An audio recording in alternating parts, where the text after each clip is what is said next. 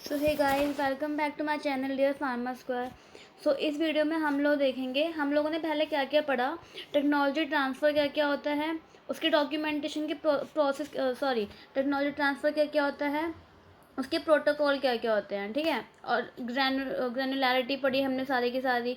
Technology transfer को R&D से production में कैसे हम ट्रांसफ़र करते हैं। अब इसमें हम लोगों को पढ़ना है premises and equipment. So basically हम पहले पढ़ेंगे प्रीमिसेस होता क्या है। प्रीमिसेस एक तरीके की जगह होती है जहाँ पे सारा का सारा मैन्युफैक्चरिंग का काम किया जाता है, ठीक है। उस हम लोग क्या बोलते हैं, रूम बोलते हैं ना उसे, लेकिन इसे क्वालिटी कंट्रोल के टर्म में हम लोग प्रीमिसेस बोलते हैं। बिल्डिंग के अंदर अलग अलग प्रीमिसेस होती हैं जहाँ पे काम किया जाता है, ठीक है। तो जब टेक्नोलॉजी ट्रांसफ़र करते हैं तो उसमें सेंडिंग यूनिट रिसीविंग यूनिट को क्या क्या चीज़ें प्रोवाइड करेगा प्रीमिसेस के बारे में, वो है यहाँ पर। Sending unit should provide the information related to facility design. Sending unit जो है हमारी, वो रिसीविंग यूनिट को टेक्नोलॉजी ट्रांसफ़र कर रहा है ना, वो मतलब R&D अपनी प्रोसेस पूरी की पूरी मैन्युफैक्चरिंग को मतलब कहीं और जगह पे पूरा ट्रांसफ़र कर रहा है। तो उसमें क्या क्या डॉक्यूमेंट देगा वो प्रीमिसेस से रिलेटेड, वो हमें पढ़ना है यहाँ पे। तो प्रीमिसेस में क्या क्या आना चाहिए, इट शुड इंक्लूड क्या, लेआउट ऑफ फैसिलिटी, ठीक है, लेआउट ऑफ फैसिलिटी। और यहाँ पे क्या क्या आ जाता है कि क्या क्या फैसिलिटीज़ हैं, वहाँ पे कौन सा मटेरियल यूज़ किया गया है बनाने के लिए, कितनी स्पेस है, ठीक है, कौन सा प्रोसेस किस जगह पे बनाया गया है, उस जगह पे कौन कौन से फ़िल्टर्स अप्लाई किए गए हैं कि कोई भी इम्प्योरिटी अंदर ना आए, वो सब कुछ आ जाता है लेआउट ऑफ फैसिलिटी में। Building material and layout. Building material में क्या क्या क्यों लेते हैं इसको, ताकि हमें वहाँ पे रिसीविंग यूनिट को पता लग सके कि ये मटेरियल बनाने के लिए इस बिल्डिंग में इस मटेरियल का यूज़ किया गया था, ताकि कोई कंटामिनेंट ना पाए उसमें और उसको प्रॉपर मतलब एनवायरनमेंट मिल सके, ठीक है। फायर रिस्क तो है ही, मेजर इम्पॉर्टेंट चीज़ है ये फायर रिस्क, कि किन किन मटेरियल से फायर का रिस्क हो सकता है, वो fire risk. Health and safety requirement, waste management system, सबसे इम्पोर्टेंट होता है ये चीज़, ताकि ये वाटर पोल्यूशन ना बन पाए हो पाए, फिर नॉर्मल कोई भी पोल्यूशन ना हो पाए। अब हमारा क्या आता है इक्विपमेंट। इक्विपमेंट में हम लोग क्या देखेंगे कि list of required equipment with their make and models should be provided by sending to receiving unit। अब आप लोग अपनी कोई भी टेक्नोलॉजी किसी को ट्रांसफ़र कर रहे हो, सब कुछ उसमें दोगे ना, वहाँ पे क्या क्या बिल्डिंग में चीज़ें थी और तुमने क्या क्या इक्विपमेंट यूज़ किया, ठीक है, सारे इक्विपमेंट की लिस्ट, वो कितना ज़्यादा शार्प था, ठीक है, उसको बनाने में कौन सा मटेरियल लगा था, और उसको कैसे कैसे इंस्टॉल किया था, इक्विपमेंट था, पूरी मशीन होंगी ना, उन मशीन को इंस्टॉल कैसे किया था, उनका लेआउट, सब कुछ इसमें देना है। तो इक्विपमेंट में क्या क्या आ जाएगा हमारा, ड्राइंग, क्लीनिंग, क्या उसकी ड्राइंग थी, कैसे उसे क्लीन किया जाता था, उसे ऑपरेट कैसे किया जाता था, ठीक है। अब एक हमारी चीज़ आती है IPOP ये हमारा सारा क्वालिफिकेशन में होता है। क्वालिफिकेशन कि इक्विपमेंट को कैसे क्वालिफाई किया गया, देखा कैसे गया, उसकी प्रोसेसिंग कैसे देखी गई। सबसे पहले आता है हमारा डिज़ाइन क्वालिफिकेशन, उसका डिज़ाइन कैसे किया गया, फिर हमारा आता है उसको इंस्टॉल कैसे किया गया, इंस्टॉल क्वालिफिकेशन, फिर हमारा देखते हैं उसे ऑपरेशन कैसे कर रहा है वो, ऑपरेशन क्वालिफिकेशन, और उसके बाद हमारा आता है परफॉर्मेंस, उसकी परफॉर्मेंस कैसी है, ठीक है। तो ये तो हमारा हो गया इक्विपमेंट के बारे में।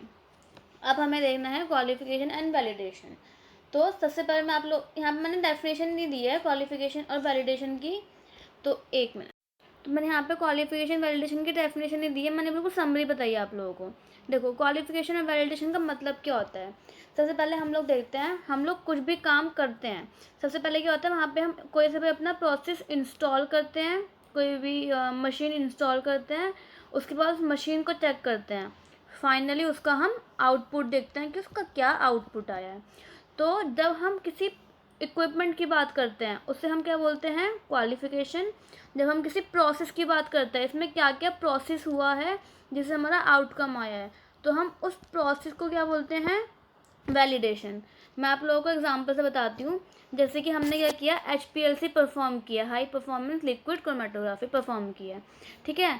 अब हमें क्या करना है कि इस HPLC इक्विपमेंट को देखने के लिए कि इसका जो क्रोमेटोग्राफी है वो किस तरीके का है, किस किस चीज़ों से बना हुआ है और वो कैसे प्रोसेस कर रहा है, वो पूरी की पूरी सिर्फ इक्विपमेंट की नॉलेज लेने के लिए हम उसको क्या बोलेंगे, क्वालिफिकेशन। और उसके अंदर जो प्रोसेस चल रहा है कि वो मान लो कि उसके सॉल्यूट पार्टिकल कैसे हैं, सॉल्वेंट पार्टिकल कैसे हैं, वो किस तरीके से काम कर रहा है, पूरा का पूरा प्रोसेस क्या चल रहा है उसके अंदर, उसे हम क्या बोलेंगे, वैलिडेशन। एक और तरीके से मैं आपको बता, तो जब भी हमारा इंस्ट्रूमेंट की बात आती है उसे हम बोलते हैं क्वालिफिकेशन। जब हमारे उसके अंदर प्रोसेस की बात आती है उसे हम बोलते हैं वैलिडेशन, ठीक है। एक और मैं आपको तरीके दे के बताती हूँ। जैसे कि हम लोगों ने क्या किया, हम लोगों ने बी फार्म किया। सब लोग हमसे क्या पूछते हैं, आपकी क्वालिफिकेशन क्या है, हम क्या बोलते हैं, बी फार्म, ठीक है। तो ये क्या हो गया, इक्विपमेंट हो गया बी फार्म। लेकिन हमने बी फार्म कैसे किया, कॉलेज गए, पढ़ाई करी, टीचर से इंटरेक्ट किया, सारे की सारी हमने लेक्चर्स दिए, सब कुछ, कोई नहीं पूछता ना, उस चीज़ को हम बोलते हैं वैलिडेशन। मतलब सिंपल, हमारा जो मेन इक्विपमेंट है बी फार्मा, उसको हमने क्या बोल दिया, क्वालिफिकेशन। और उसके अंदर का जो प्रोसेस है पूरा का पूरा, उसको हमने क्या बोल दिया, वैलिडेशन, ठीक है। इसमें भी सब कुछ यही है कि सेंडिंग यूनिट को, रिसीविंग यूनिट को प्रॉपर क्वालिफिकेशन और वैलिडेशन के डॉक्यूमेंट देने होते हैं पर्टिकुलर इक्विपमेंट और उनके अंदर के प्रोसेस की, ठीक है। जब इक्विपमेंट की बात आएगी तो क्वालिफिकेशन, और जब उसके अंदर के प्रोसेस की बात आएगी तो वैलिडेशन। तो यहीं पर मैंने लिखा हुआ है, क्वालिफिकेशन क्या होता है, to check the facilities of equipment, ठीक है। और वैलिडेशन क्या होता है, process in the equipment to cross check it and document it. तो मतलब ये पूरा जो इक्विपमेंट की फैसिलिटीज़ देखने के लिए जो चीज़ होगी उसे हम बोलेंगे क्वालिफिकेशन। इसके अंदर जो फैसिलिटीज़ हो रही हैं, प्रोसेस हो रहा है, उसको देखने के लिए हम बोलेंगे वैलिडेशन। और इनके पूरे document sending unit, receiving unit को देता है, ठीक है। तो अब हम लोगों को देखना है डॉक्यूमेंटेशन, सबसे इम्पॉर्टेंट चीज़ है। मैं अब ये जल्दी कंप्लीट करेंगे। जितना भी स्टेप टेक्नोलॉजी ट्रांसफ़र में होता है वो एक पॉइंट टू पॉइंट पूरा डॉक्यूमेंट किया जाता है, ताकि उसे क्वालिटी कंट्रोल, बाद में उसकी क्वालिटी कंट्रोल की जा सके, ठीक है। उसे बाद में एनालाइज किया जा सके कोई भी प्रोसेस में अगर एरर आए तो। और इसी को देख के पूरा का पूरा रिसीविंग यूनिट अपना काम इंस्टॉल करती है। तो डॉक्यूमेंटेशन में क्या रहता है भाई, मैं बोल रही हूँ हर किसी स्टेप को डॉक्यूमेंट करना ज़रूरी होता है, ताकि वो आगे कंक्लूजन या फिर कोई भी चीज़ों को एनालाइज करने में काम आए। तो डॉक्यूमेंट में क्या क्या चीज़ें आती हैं वो हमें देखना है। डॉक्यूमेंट में क्या क्या आता है हमारा, technology transfer protocol, facility qualification protocol, equipment qualification और प्रोसेस वैलिडेशन प्रोटोकॉल।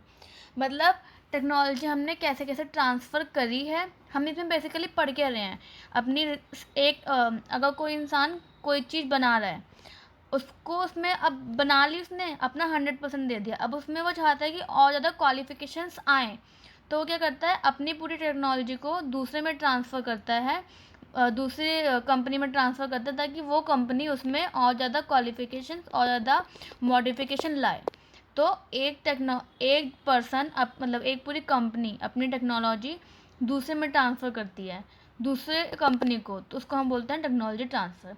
तो इसमें क्या क्या डॉक्यूमेंट चाहिए होते हैं, टेक्नोलॉजी ट्रांसफ़र के डॉक्यूमेंट, क्या क्या प्रोजेक्ट था, प्लान क्या था और उसमें क्या क्या रिस्क हो सकता है। फैसिलिटी क्वालिफिकेशन की वही जो हमने ऊपर पढ़ा था, लेआउट ऑफ फैसिलिटी जो था, बिल्डिंग में क्या क्या कंस्ट्रक्शन मटेरियल था और उसको क्वालिफिकेशन स्टेटस। इक्विपमेंट क्वालिफिकेशन जो हमने सब कुछ ऊपर पढ़ा है ना, वही चीज़ हम लोग यहाँ पे रिवाइज कर रहे हैं एक तरीके से। इक्विपमेंट क्या क्या थे, उसका ड्राइंग, उसका पूरा का पूरा उससे रिलेटेड जो भी चीज़ें होती हैं वो सब कुछ, list of equipment and system, everything related to it should be mentioned in document. और SOP, स्टैंडर्ड ऑपरेटिंग प्रोसीजर, मतलब उस इक्विपमेंट को ऑपरेट करने का प्रोसीजर जो होता है उसको पूरा डॉक्यूमेंट करके देना। अब हमारा क्या आता है, प्रोसेस वैलिडेशन प्रोटोकॉल। प्रोसेस को अब मैंने जब बताया था ना, यहाँ पे क्या आया था हमारा, इक्विपमेंट में क्वालिफिकेशन आया है, प्रोसेस में क्या आएगा, वैलिडेशन। उसमें प्रोसेस की सारी चीज़ें, उस history of process development, experience क्या क्या रहा, सब कुछ प्रोसेस से रिलेटेड हमें डॉक्यूमेंट करके देना है। क्लीनिंग वैलिडेशन प्रोटोकॉल, अब यहाँ पे ना ये नहीं है कि सिर्फ सेंडिंग यूनिट देगा, रिसीविंग यूनिट भी अपना सब कुछ डॉक्यूमेंट करके रखेगा। तो यहाँ पे इसलिए रिसीविंग यूनिट लिखा हुआ है, सेंडिंग यूनिट भी लिख सकते हैं और रिसीविंग यूनिट भी लिख सकते हैं, क्योंकि दोनों को ही डॉक्यूमेंट करके रखना होता है। क्योंकि अगर रिसीविंग यूनिट बाद में सेंडिंग यूनिट को अपना टेक्नोलॉजी ट्रांसफ़र सेंड करेगा तो उसे भी सारे डॉक्यूमेंट देने पड़ेंगे प्रॉपर। तो ये हो गया हमारा। और नेक्स्ट क्या होता है, cleaning validation protocol and report. क्या क्या हमने क्लीनिंग में क्या क्या चीज़ें यूज़ किए हैं, उसका वैलिडेशन सब कुछ रिटर्न में देना पड़ेगा। अब हमारा क्या क्या आता है, documented procedure of qualification and of equipment, facilities and validation procedure is important to demonstrate that all the steps of technology transfer। वही मैं आपको बता रही हूँ कि अब हम एक एक चीज़ डॉक्यूमेंट क्यों करते हैं, ताकि पता लगे कि हाँ हमारा टेक्नोलॉजी ट्रांसफ़र टोटली कंप्लीट हो चुका है दोनों तरफ से, सेंडिंग यूनिट से भी और सेंडिंग यूनिट सेंड कर दिया, रिसीविंग यूनिट रिसीव कर लिया, अपना काम शुरू कर दिया। It has the receiving unit, ये रिसीविंग यूनिट को हेल्प करता है कि सारा का सारा प्रोसीजर अच्छे से इंस्टॉल कर सके और अच्छे से उसको मेंटेन कर सके, ताकि वो अच्छे से प्रोसेस होकर अपना outcome they they. Validation should be documented. अब क्या होता है वैलिडेशन, एक प्रॉपर फाइल्स होंगी ना इनमें, तो फाइल्स के नाम दे दिए हैं। वैलिडेशन को डॉक्यूमेंट करने के लिए एक फ़ाइल होगी, वैलिडेशन मास्टर फाइल, VMF, ठीक है, उसमें इसको डॉक्यूमेंट करके रखना होता है। और receiving unit should document validation protocol for each step in validation report. दोनों साइड को अपनी डॉक्यूमेंट करके रखना होता है ना। तो एक होती है वैलिडेशन मास्टर फाइल, उसमें करो एक, और एक होती है हमारी वैलिडेशन रिपोर्ट। तो इन दोनों में अपना वैलिडेशन का डॉक्यूमेंट स्टोर करके रखना होता है, ठीक है। हमने अभी क्या क्या पढ़ा, हमने पढ़ा डॉक्यूमेंट में क्या क्या हमने पहले पढ़ा प्रीमिसेस क्या क्या होती है, प्रीमिसेस में क्या क्या डॉक्यूमेंट चाहिए होते हैं। फिर हमने पढ़ा डॉक्यूमेंट क्या क्या चाहिए होता है फाइनली यहाँ पे। क्वालिफिकेशन क्या होता है, वैलिडेशन क्या होता है। सबसे इम्पॉर्टेंट चीज़ है, ये पेपर में आती है, right difference between qualification and validation. कोई भी आपसे पूछ लेता है तो आप लोगों को बेसिक डिफरेंस पता होना चाहिए। क्वालिफिकेशन बोले तो इक्विपमेंट, वैलिडेशन बोले तो पूरा का पूरा प्रोसेस। अब क्या आता है हमारा क्वालिटी कंट्रोल। हमने टेक्नोलॉजी ट्रांसफ़र कर ली, हमने इसमें देख लिया प्रेमिसेस क्या क्या होती हैं, उसमें क्या क्या चीज़ें होती हैं, एक्सीपिएंट्स वगैरह में क्या क्या चीज़ें चाहिए होती हैं, सब कुछ, क्लीनिंग में क्या क्या चाहिए था, सब कुछ। अब लास्ट में क्या आता है क्वालिटी कंट्रोल। इन मान लो रिसीविंग यूनिट में सब कुछ आ गया, अब एक टीम बनाई गई है क्वालिटी कंट्रोल की, वो आके सब कुछ डॉक्यूमेंट को अच्छे से एनालाइज करती है, उसको देखती है कि इसकी क्वालिटी ठीक है या नहीं है, पूरे से अच्छे से प्रोसेस इंस्टॉल हुआ है, वो अपना आउटकम दे रहा है या फिर नहीं दे रहा, उसको बोलते हैं क्वालिटी कंट्रोल। ये जांच करती है एक तरीके से सारा का सारा प्रोसेस। पुलिस मान लो एक तरीके से पुलिस का ही काम करती है, ये सब कुछ अच्छे से जांच करती है। और जांच करने के बाद ये भी उस चीज़ को डॉक्यूमेंट में लिख देती है कि हाँ भाई सारा का सारा काम जो हुआ है वो अच्छा हुआ है, और बिल्कुल स्टैम्प लगा कि हाँ कि एक पर्सन ने उस चीज़ को देख चुके हैं वो, और वो सब कुछ चीज़ अच्छे से चल रही है। तो क्वालिटी कंट्रोल में हमारा क्या आता है, it is defined at some of procedure to ensure the identity and purity of particular pharmaceutical. वही है कि जितने भी प्रोसीजर होते हैं जो एक बंदा लेता है पूरा का पूरा, कि उस प्रोसीजर की प्योरिटी देखने के लिए और उसकी आइडेंटिटी, किसी भी फार्मास्यूटिकल की प्योरिटी और आइडेंटिटी देखने के लिए जो प्रोसीजर होता है उसको हम बोलते हैं क्वालिटी कंट्रोल। और ये कौन करता है, क्वालिटी कंट्रोल इंस्पेक्टर, ठीक है। सुना होगा ना आपने QC QA, जब हम कोई प्रोसेस स्टार्ट करते हैं, ठीक है, फाइनली वो प्रोडक्ट बन जाता है, तो प्रोसेस को जो देखता है चेक करता है उसकी क्वालिटी, उसको हम बोलते हैं क्वालिटी कंट्रोल। जो प्रोडक्ट की क्वालिटी चेक करता है उसको हम बोलते हैं क्वालिटी एनालिस्ट QA। अब हमारा क्वालिटी कंट्रोल डॉक्यूमेंट्स में क्या क्या आएगा, स्टेबिलिटी टेस्टिंग है पूरी की पूरी, डिसोल्यूशन टेस्टिंग है, सिंथेसिस प्रोडक्ट का सिंथेसिस कैसे क्या किया गया है, सब कुछ यही सब कुछ माइनर सी चीज़ें। Manufacturing product should be tested by developed analytical method and accuracy to save the time. ये आप लोग सब कुछ सिंपल सा है, पढ़ लो, इसे पढ़ते समझ में आ जाएगा, समझाने की इसमें कोई चीज़ नहीं है। नेक्स्ट क्या आता है हमारा, analytical methods of transfer. This protocol should be prepared including responsibilities of both RU and SU, the specification of product, acceptance criteria and more. Finally जो हमारा सेंडिंग और रिसीविंग यूनिट होता है वो एक प्रॉपर डॉक्यूमेंट बनाता है कि हाँ हमने प्रोडक्ट को अच्छे से सेंड कर दिया है, हमने प्रोडक्ट को अच्छे से रिसीव कर लिया है और वो अच्छे से प्रोसीजर दे रहा है, आउटकम अच्छे से दे रहा है। अब इसमें दोनों तरीक़ों का अपना अपना डॉक्यूमेंट होता है। उस डॉक्यूमेंट में क्या क्या आता है, ऑब्जेक्टिव क्या था, स्कोप क्या था, हमारी रिस्पॉन्सिबिलिटीज़ क्या क्या थी, दोनों साइड ने क्या क्या मटेरियल, मेथड, इक्विपमेंट यूज़ किए हैं, दोनों साइड ने क्या क्या उसमें डॉक्यूमेंट जो ऊपर पढ़ा था ना हमने, प्रीमिसेस का डॉक्यूमेंट, इक्विपमेंट का डॉक्यूमेंट, क्लीनिंग का डॉक्यूमेंट क्या क्या बनाया है दोनों साइड ने। ठीक है, दोनों साइड ने क्या क्या डेफिएशन उनको इंस्टॉल करने में क्या क्या चेंजेस आए हैं, वो रेफरेंस कहाँ से, क्या क्या मटेरियल का रेफरेंस लिया है, कहाँ से लिया है, सब कुछ। और सब ये सबसे इम्पोर्टेंट क्या होता है, ये प्रॉपर साइन होना चाहिए, ये प्रॉपर इंस्पेक्टर के थ्रू ये डॉक्यूमेंट साइन होना चाहिए। Successful transfer and validation of analytical method should documented in a report. सब कुछ हम डॉक्यूमेंट ही कर रहे हैं यहाँ पे। ठीक है, ये हम लोग नेक्स्ट में पढ़ेंगे अप्रूव्ड रेगुलेटरी एजेंसी। सबसे इम्पॉर्टेंट चीज़ है ये, इसमें जो आता ही आता है एग्ज़ाम में, ये मैं आप लोगों को नेक्स्ट वीडियो में पढ़ाऊँगी। एक बार हम रिवीजन कर लेते हैं, हमने टेक्नोलॉजी ट्रांसफ़र में पढ़ा क्या क्या। टेक्नोलॉजी ट्रांसफ़र हमारा होता क्या क्या है, ठीक है, एक अपनी टेक्नोलॉजी को एक जगह से दूसरी जगह ट्रांसफ़र करना, उसे हम टेक्नोलॉजी ट्रांसफ़र बोलते हैं। अब उसमें क्या क्या चीज़ें आती हैं, सेंडिंग, रिसीविंग यूनिट, सब कुछ डॉक्यूमेंट चाहिए होता है, किस चीज़ का डॉक्यूमेंट चाहिए होता है, सब कुछ हमने इसमें डाला है।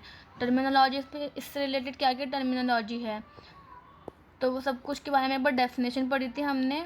प्रोटोकॉल में क्या क्या आता है वो पढ़ा था हमने। और उसके बाद finally technology transfer from R&D to production, यही शायद उसमें क्या क्या प्रोसेस था, पैकेजिंग कैसे थी, क्लीनिंग कैसे थी, ग्रैनुलैरिटी मतलब क्या क्या चीज़ें यूज़ हुई हैं, API एक्टिव फार्मास्यूटिकल प्रोडक्ट कौन सा यूज़ हुआ है उसमें, एक्सिपिएंट्स कौन सा यूज़ हुआ है, और क्लीनिंग कैसे करी है उस चीज़ की, प्रीमिसेस इक्विपमेंट, उसके डॉक्यूमेंट क्या क्या चाहिए होते हैं, क्वालिफिकेशन और वैलिडेशन में मेन हमने सिर्फ डिफरेंस पढ़ा है यहाँ पे, डॉक्यूमेंटेशन में क्या क्या चाहिए होता है। फाइनली अब हम कल क्या पढ़ेंगे, नेक्स्ट वीडियो में क्या पढ़ेंगे, रेगुलेटरी बॉडीज़ कौन कौन सी होती हैं टेक्नोलॉजी ट्रांसफ़र करने के लिए। Thank you guys.